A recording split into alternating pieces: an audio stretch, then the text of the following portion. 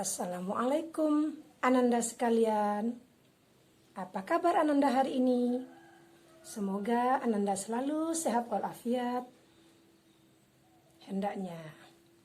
Baiklah, pada pertemuan kali ini Ibu akan memberikan materi tentang iman, Islam, dan ihsan. Sebelum memulai pelajaran, marilah kita membaca basmalah.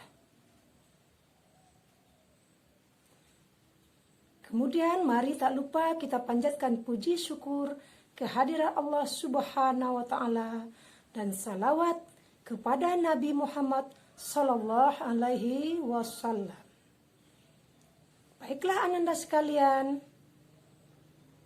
untuk mempelajari materi iman, Islam, dan ihsan, silakan simak tayangan berikut.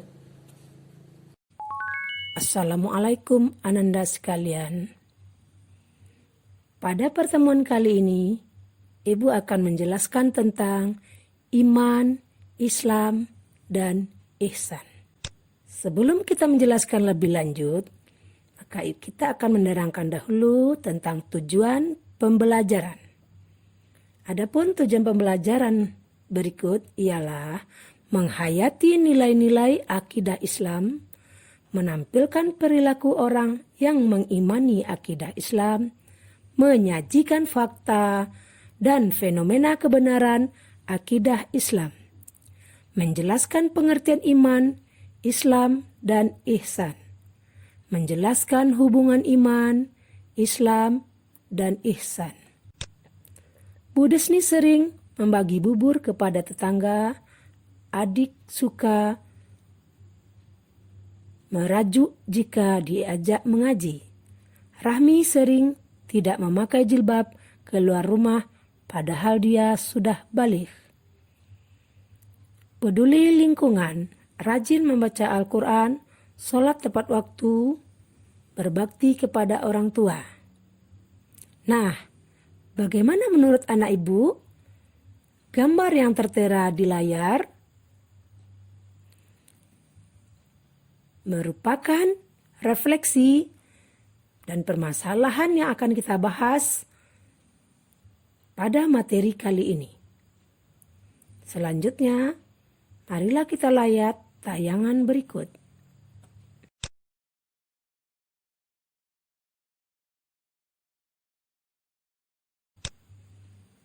Baiklah, kita masuk kepada pengertian iman.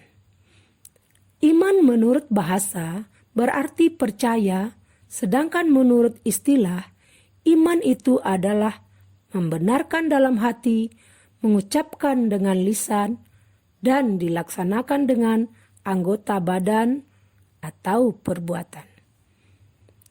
Jika seseorang sudah mengimani seluruh ajaran Islam, maka orang tersebut sudah dapat dikatakan mukmin atau orang yang beriman. Iman terdiri atas 3 tingkatan. 1. Tingkatan mengenal. Artinya, seseorang baru mengenal sesuatu yang diimani. 2. Tingkat kesadaran. Artinya, iman seseorang sudah lebih tinggi karena sesuatu yang diimani disadari oleh alasan tertentu. 3. Tingkat hakul yakin.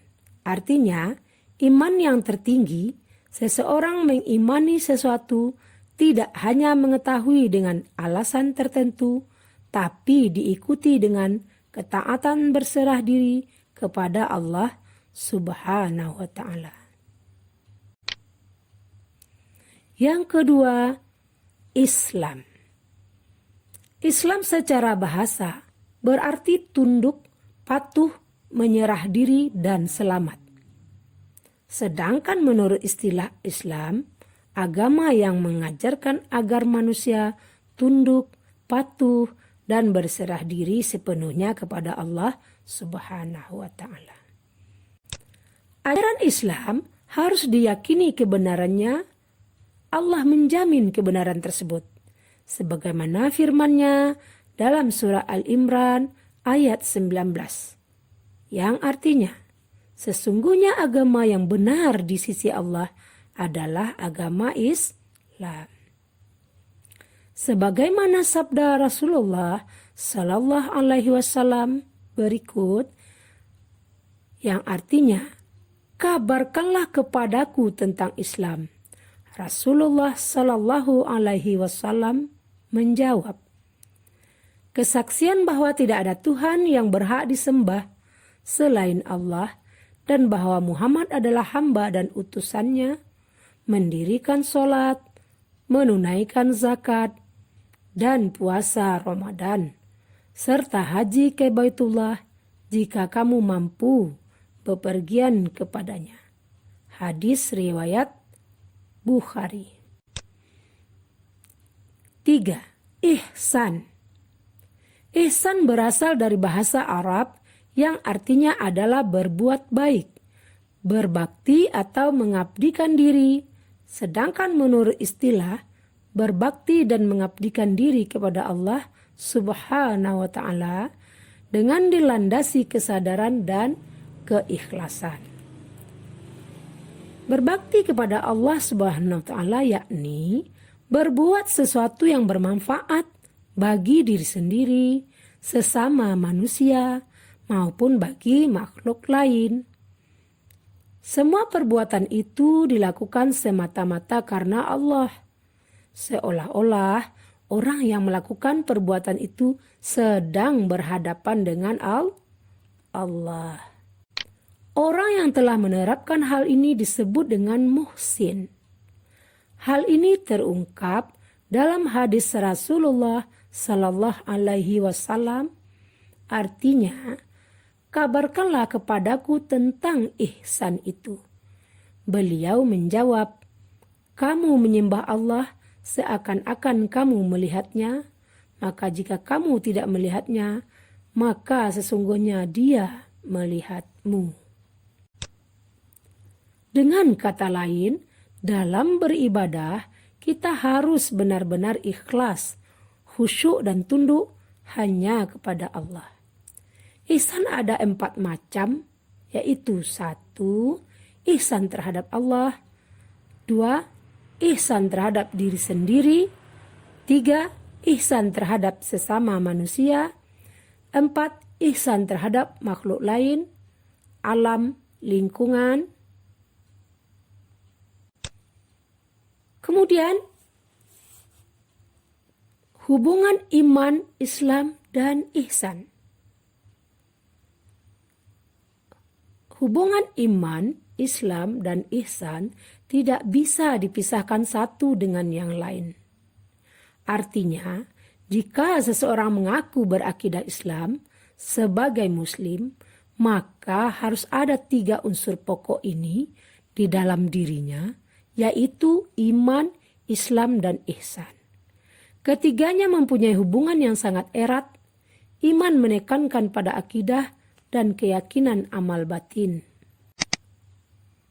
Ilmu yang membahasnya adalah ilmu tauhid, yaitu hal-hal yang diyakini oleh seseorang yang mukhalaf, orang yang telah dewasa, yang wajib menjalankan hukum-hukum agama, yang terdiri dari ketuhanan, kenabian, dan hal-hal yang samiyat atau masalah yang gaib.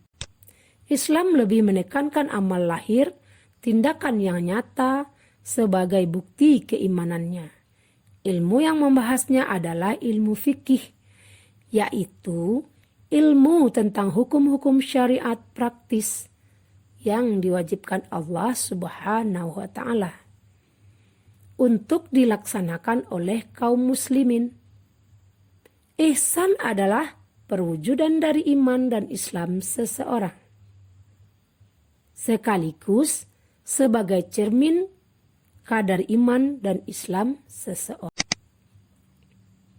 Rukun ihsan berisi tentang pelaksanaan ibadah dengan khusyuk, rendah hati, ikhlas menghadirkan hati, menghadirkan keagungan Allah Subhanahu wa Ta'ala, merasa dilihat Allah Subhanahu wa Ta'ala, baik ketika diam maupun bergerak. Ilmu yang membahasnya adalah ilmu tasawuf, yaitu tentang ilmu akhlak batin yang merupakan hal-hal yang menyelamatkan, wajib dijadikan hiasan oleh seorang hamba, dan hal-hal yang merusak yang harus ditinggalkan untuk meraih akhlak yang terpuji. Seseorang yang kadar keimanannya tinggi akan melakukan rukun Islam yang 5 dengan penuh keikhlasan dan kekhusyukan.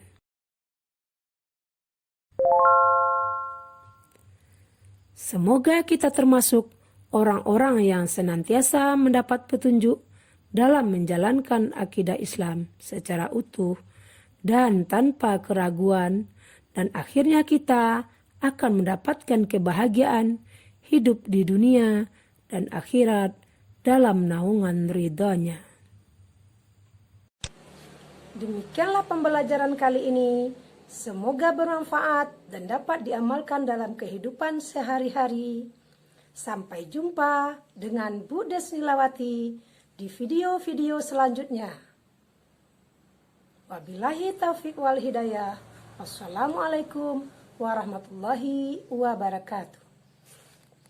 Jangan lupa like, comment, and subscribe.